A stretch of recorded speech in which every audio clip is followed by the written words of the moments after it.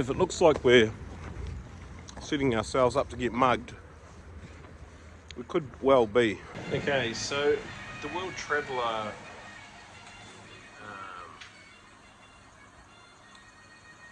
well, this is what you call a selfie when you're trying to have a photo with Danielle, but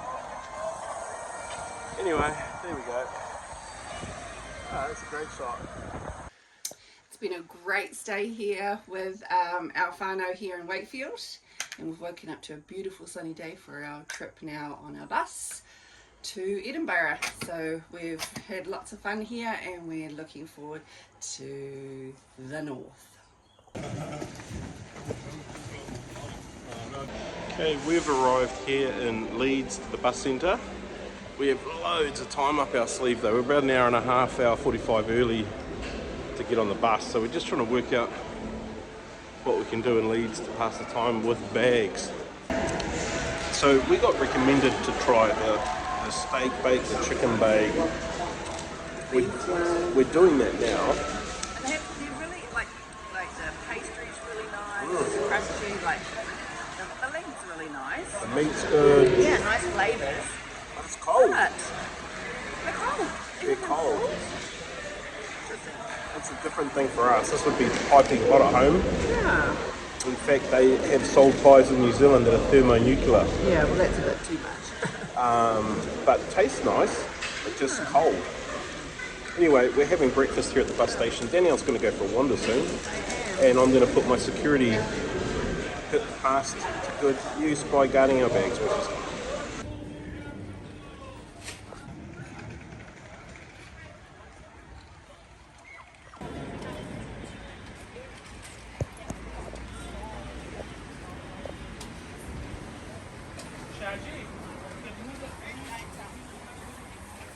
Just behind me is the Leeds City Market.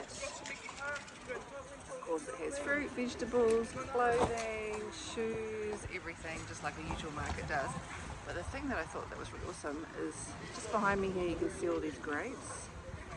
They're like $1. Oh, not $1. A pound, I should say, sorry, a pound for that container. And there was strawberries, melons. They were just £1 each.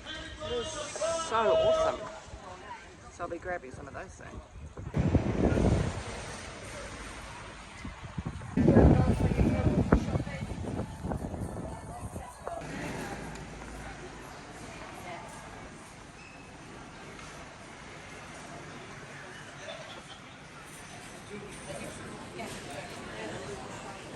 So of course, there's not just the outdoor, there's the indoor market, and this place is massive.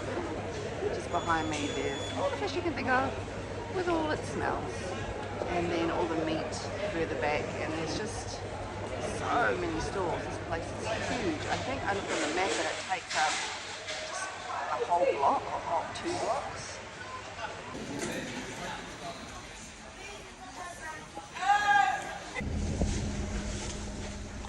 so it's a fairly empty bus right now. We don't know what will happen though on the trip as of now. We booked ourselves on a FlixBus from Leeds heading all the way up to Edinburgh, Scotland.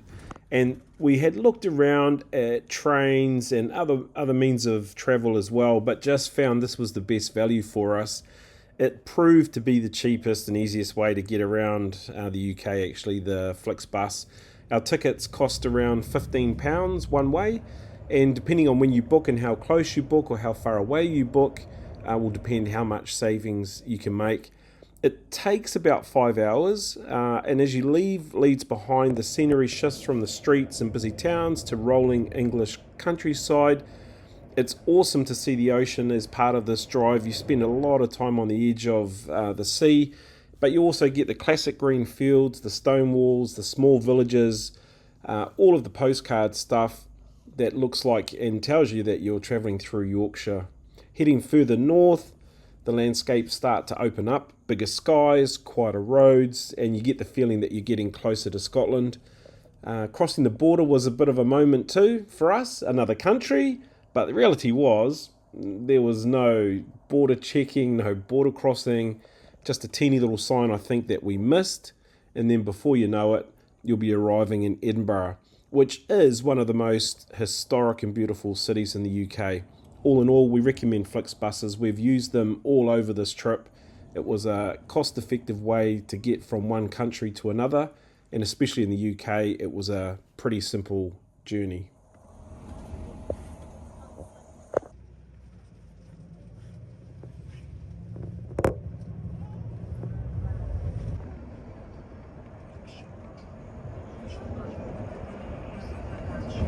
Okay, that was 5 hours on the bus. It's actually pretty good timing. It's supposed to be arriving at 5:20, we arrived at 5:30. So credit to the bus driver, only 10 minutes difference. And now we've got to work out how to get to our accommodation. We've made it to Edinburgh. Yay! We're just trying to get on a public bus now to get to our accommodation. It's $2 one way. So we're about 4 minutes for our bus to come. If it looks like we're setting ourselves up to get mugged, we could well be. We're walking across the Links Gardens to a Tesco. Where everyone else is walking under lights, so I think we'll be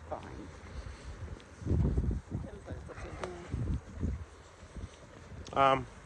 Danielle's wearing her beacon jacket so the robbers can see her from 100 miles away. So I can keep warm because it's super toasty warm.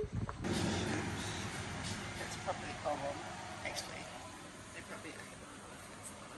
Okay, so the World Traveller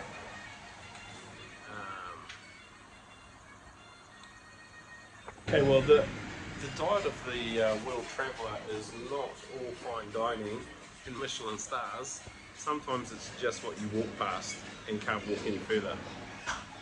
So someone's blood sugars are really low, and Danielle's conceded to have pizza for a change. So let's see how this works out.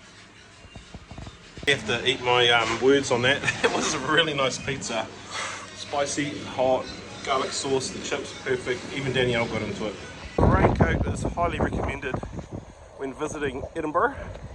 I don't know about an umbrella, mainly because it's pretty windy too.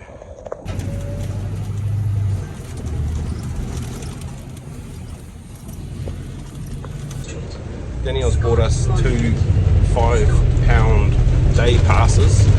What we've worked out is it's actually quite cost effective anyway. It's only like £2 per bus trip you take.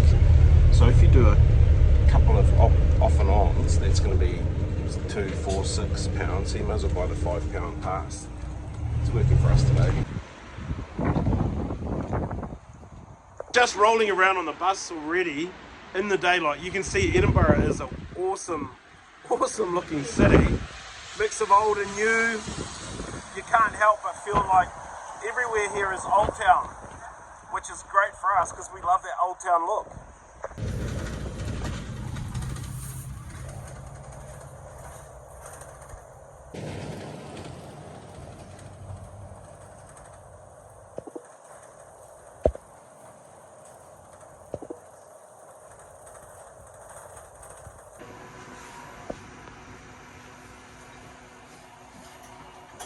So we are heading now off to the Royal Mile and the castle stuff.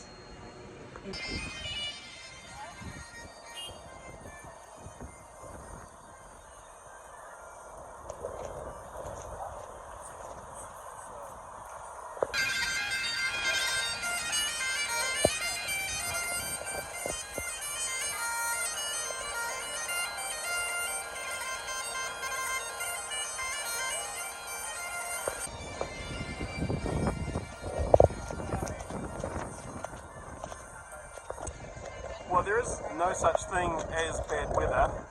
It's just bad clothes, right? We are in Old Town Edinburgh. It's a vibe. By the brass plates at the edge of the pavement.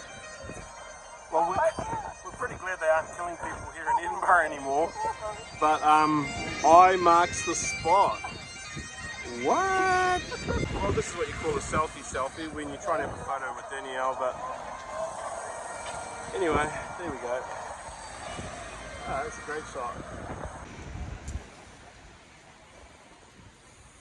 So while we were mooching around the back alleyways trying to get out of this wind and this rain, we stumbled onto the Writers' Museum, which was tucked away in Ladies' Stairs Close.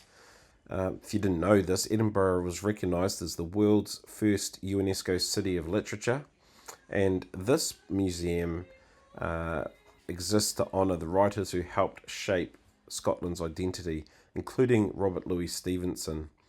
He was born in Edinburgh in 1850, and his stories you've probably read, Treasure Island, for example, carried Edinburgh's imagination right across the world.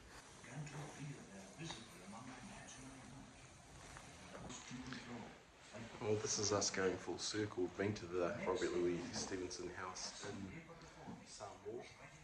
Beautiful spot too. So one of the problems when you travel itinerantly like we do, you don't watch the news, you don't keep up with anything, but we're just talking with a girl in the museum back here. Well, we generally try and do look at the weather, but She said there's a weather warning today. we didn't see that one. And so Edinburgh Castle is closed today because of the winds. And I'm not surprised, because just walking up here, getting blowing around. She's pretty windy. You gotta keep your feet down low. The other cool fact though is every museum in Edinburgh is free. Which is awesome. So we're going to go to the National Museum, which apparently is the museum. We're on our way to find something to eat, and come back to the Royal Mile tomorrow when we don't have a wind warning.